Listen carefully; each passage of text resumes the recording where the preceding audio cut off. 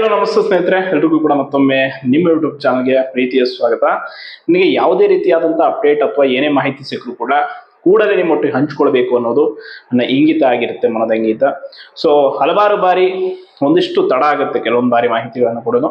ಆದರೂ ಸರಿಯಾದ ಸಮಯಕ್ಕೆ ಮಾಹಿತಿಯನ್ನು ನೀಡಬೇಕಾಗಿರೋದು ನನ್ನ ಕರ್ತವ್ಯ. ಆ್ಯಂಡ್ ನೀವು ಕೂಡ ಅಷ್ಟೇ, ಏನೇ ವಿಚಾರ ಇರಲಿ, ಯಾವುದೇ ಪ್ರಶ್ನೆಗಳಿರಲಿ, ಏನೇ ಸಂಶಯಗಳಿರಲಿ, ಕಮೆಂಟ್ ಮೂಲಕ ಕೇಳಿ. ಖಂಡಿತವಾಗಿಯೂ ಕಮೆಂಟಲ್ಲಿ ಉತ್ತರಿಸೋಕೆ ಆಗಿಲ್ಲ ಅಂದರು ಜಸ್ಟ್ ನಾನು ಅಲ್ಲಿ ಕೆಲವೊಂದ್ಸಲ ಲೈಕ್ ಮಾಡಿ ಬಿಟ್ಟಿರ್ತೀನಿ, ಬಟ್ ಆ ಕಮೆಂಟನ್ನು ನಾನು ನೋಡಿರ್ತೀನಿ. ಹೆಚ್ಚು ಯಾವ ವಿಷಯದ ಬಗ್ಗೆ ಕಮೆಂಟ್ ಬಂದಿರುತ್ತೋ ಸೊ ಅದ್ರ ಬಗ್ಗೆ ನಾನು ವಿಡಿಯೋ ಮೂಲಕ ನಿಮಗೆ ಮಾಹಿತಿಯನ್ನು ನೀಡ್ತೇನೆ. ಆ್ಯಂಡ್ ಇನ್ನೊಂದು ಇಂಪಾರ್ಟೆಂಟ್ ಆದಂಥ ವಿಷಯ, ಇವತ್ತು ಬೆಳಿಗ್ಗೆ ನಾನು 56% ರಿಸರ್ವೇಷನ್ ಕೇಸ್ ಏನು ನಡೀತಾ ಇದೆ ಕೋರ್ಟಲ್ಲಿ, ಸೊ ಅದರಿಂದ ಏನೆಲ್ಲ ಎಫೆಕ್ಟ್ ಆಗಬಹುದು ಮುಂದಿನ ನೇಮಕಾತಿಗಳಿಗೆ ಅಂತೆಲ್ಲ ಹೇಳಿದ್ದೆ. ಸೊ ಅದರ ಕುರಿತಾಗಿ ಒಂದು ಬಿಗ್ ಅಪ್ಡೇಟ್ ಇದೆ. ಆ್ಯಂಡ್ ನಾಳೆ ಸಚಿವ ಸಂಪುಟದ ಒಂದು ಸಭೆ ಇದೆ. ಆ ಸಭೆಯಲ್ಲಿ ಹಲವಾರು ವಿಷಯಗಳು ಚರ್ಚೆ ಆಗೋದಿದೆ. ಅದರಲ್ಲಿ ಪ್ರಮುಖವಾಗಿ ನೇಮಕಾತಿಗಳ ವಿಷಯ, ವಯೋಮಿತಿ ಸಡಿಲಿಕೆ, ಬೇರೆ ಬೇರೆ ವಿಷಯಗಳು ಕೂಡ ಇದೆ. ಸೊ ಅಪಾರ್ಟ್ ಫ್ರಮ್ ನಮ್ಗೆ ಏನು ಬೇಕಿದೆ ಅದಷ್ಟೇ ನಮ್ಗೆ ಇಂಪಾರ್ಟೆಂಟು. ಆ್ಯಂಡ್ ಈಗ 22ನೇ ತಾರೀಕಿಂದ ಒಂದು ಸಮೀಕ್ಷೆ ನಡೆಸೋದಿದೆ ರಾಜ್ಯ ಸರ್ಕಾರ ಹಿಂದುಳಿದ ವರ್ಗಗಳದು. ಅದೇನು ಅಂತಂದರೆ ಶೈಕ್ಷಣಿಕ ಮತ್ತು ಸಾಮಾಜಿಕ ವಿಷಯಗಳ ಅಧ್ಯಯನಕ್ಕಾಗಿ ಒಂದು ಸಮೀಕ್ಷೆ ಆಗುತ್ತೆ. ಅಂದರೆ ಜಾತಿಗಣತಿ ಈ ಹಿಂದೆ ಕೂಡ ಮಾಡಿದ್ರು, ಬಟ್ ಅದು ಸಮರ್ಪಕವಾಗಿ ಆಗಿಲ್ಲದ ಕಾರಣ ಮತ್ತೊಮ್ಮೆ ಅದಕ್ಕೆ ಅವಕಾಶ ಮಾಡಿಕೊಡಲಾಗಿದೆ. ಸೊ ಈಗ ನಡೆಯುವಂಥ ಸಮೀಕ್ಷೆಯಲ್ಲಿ ಪ್ರತಿ ಮನೆಗೂ ಕೂಡ ಶಿಕ್ಷಕರು ಬರ್ತಾರೆ.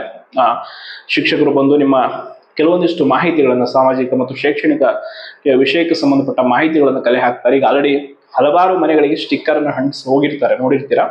ಆ ಸ್ಟಿಕ್ಕರಲ್ಲಿ ಒಂದು ನಂಬರ್ ಇರುತ್ತೆ, UHID ನಂಬರು. ಸೊ ಅಲ್ಲಿ ಒಂದು ದೂರವಾಣಿ ಸಂಖ್ಯೆ ಕೂಡ ಕೊಟ್ಟಿದ್ದಾರೆ ನಿಮ್ಮ ಸಂಪರ್ಕಕ್ಕಾಗಿ. ಅಂದರೆ ನೀವು ಕರೆ ಮಾಡಿ ಅದಕ್ಕೆ ಸಂಬಂಧಪಟ್ಟ ಮಾಹಿತಿ ಕೂಡ ಕಲೆ ಹಾಕ್ಬೋದು. ಬಟ್ ಈಗೇನು ಸಮೀಕ್ಷೆ ನಡೆಯೋದಿದೆ 22ರಿಂದ ಅಕ್ಟೋಬರ್ 7ರವರೆಗೆ, ಈ ಸಮೀಕ್ಷೆಯ ಒಂದು ವರದಿ ಬಂದ ನಂತರ ಕೆಲವೊಂದಿಷ್ಟು ಬದಲಾವಣೆಗಳನ್ನು ಸರ್ಕಾರ ಮಾಡೋದಕ್ಕೆ ಹೊರಟಿದೆಯಂತೆ. ಅದಕ್ಕೆ ಸಂಬಂಧಪಟ್ಟ ಹಾಗೆ ಚರ್ಚೆಗಳಾಗಿದೆ ಸರ್ಕಾರದ ಮಟ್ಟದಲ್ಲಿ. ಏನು ಅಂದರೆ, ಈಗ OBC ಹಿಂದುಳಿದ ವರ್ಗಗಳ ಸಾಮಾಜಿಕ ಮತ್ತು ಶೈಕ್ಷಣಿಕ ಸ್ಥಿತಿಗತಿಗಳನ್ನು ಆಧರಿಸಿ ಅವರಿಗೆ ಮೀಸಲಾತಿ ವರ್ಗೀಕರಣ ಆಗಿರ್ಬೋದು. ಆ್ಯಂಡ್ ಈಗ ಸೆಂಟ್ರಲ್ ಗೌರ್ಮೆಂಟಲ್ಲಿ ಇರುವಂತಲೇ EWS ಎಕನಾಮಿಕಲ್ ವೀಕರ್ ಸೆಕ್ಷನ್ ಏನಿದೆ, ಸೊ ಅಲ್ಲಿ ಕೊಡ್ತಾರೆ GM ಅವ್ರಿಗೆ. ಅದೇ ರೀತಿ ಇಲ್ಲೂ ಕೂಡ EWS ಅನ್ನು ಕೊಡಬೇಕು ಅಂತೇಳಿ ನಿರ್ಧಾರ ಮಾಡಿದಾರಂತೆ. ಸೊ ಇನ್ ಕೇಸ್ ಅದು ವರದಿಯನ್ನು ಆಧರಿಸಿ ಆ್ಯಂಡ್ ಕೆಲವೊಂದಿಷ್ಟು ಪರಿಶಿಷ್ಟ ಜಾತಿ ಮತ್ತು ಪಂಗಡಗಳ ಮೀಸಲಾತಿ ವರ್ಗೀಕರಣದ ಅಂಶಗಳು ಕೂಡ ಬದಲಾವಣೆ ಆಗುತ್ತವೆ ಅನ್ನೋ ಒಂದು ಮಾಹಿತಿ ಇದೆ. ಸೊ ಈ ಒಟ್ಟಾರೆಯಾಗಿ ಈ ಎಲ್ಲ ಮಾಹಿತಿಗಳಿಗಿಂತ ಪ್ರಮುಖ ಮತ್ತು ಅತ್ಯಂತ ಮಹತ್ವದ್ದು ಯಾವುದು ಅಂದರೆ 56% ರಿಸರ್ವೇಷನ್ ಕೇಸ್ ಏನಿದೆ. ಸೊ ಇದನ್ನು ಹೈಕೋರ್ಟಲ್ಲಿ ನಡೀತಾ ಇದೆ.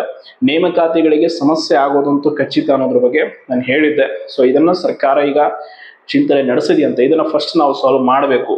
ಬಿಕಾಸ್ ಇದು ಒಂದು ಬಾರಿ ಅಲ್ಲ, ಪದೇ ಪದೇ ನಡೆಯುವ ಎಲ್ಲ ನೇಮಕಾತಿ ಅಪ್ಕಮಿಂಗ್ ಏನೇನಾಗುತ್ತೆ ಎಲ್ಲದಕ್ಕೂ ಸಮಸ್ಯೆ ಆಗೋದಿದೆ.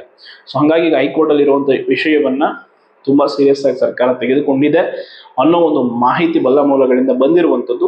ಸೊ ಇದು ನಿಜವೇ ಅಂದರೆ ಸರ್ಕಾರ ಸೀರಿಯಸ್ಸೇ ಇರೋದಾದರೆ ಈ ವಿಷಯದಲ್ಲಿ ಖಂಡಿತವಾಗಿಯೂ 56% ರಿಸರ್ವೇಷನ್ ವಿಷಯದಲ್ಲಿ ಒಂದು ಒಳ್ಳೆಯ ನಿರ್ಧಾರ ಅಂತ ಆಗಬೇಕು.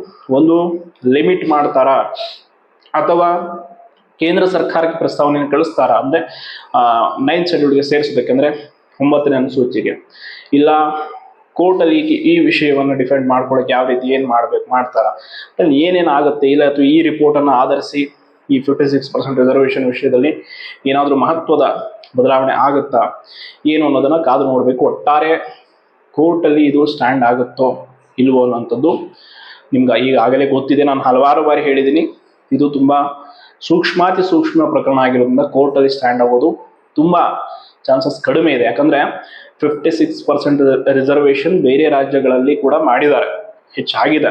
ಹಾಗಂತ ಅದು ಯಾವುದೂ ಕೂಡ ಸ್ಟ್ಯಾಂಡ್ ಆಗಿಲ್ಲ. ನೀವೇನು ಮಹಾರಾಷ್ಟ್ರದಲ್ಲಿ ಆಗಿಲ್ಲ, ತಮಿಳುನಾಡಲ್ಲಿ ಅದು ಆಲ್ರೆಡಿ 9th ಶೆಡ್ಯೂಲ್ಗೆ ಸೇರಿಸಿದ್ದಾರೆ.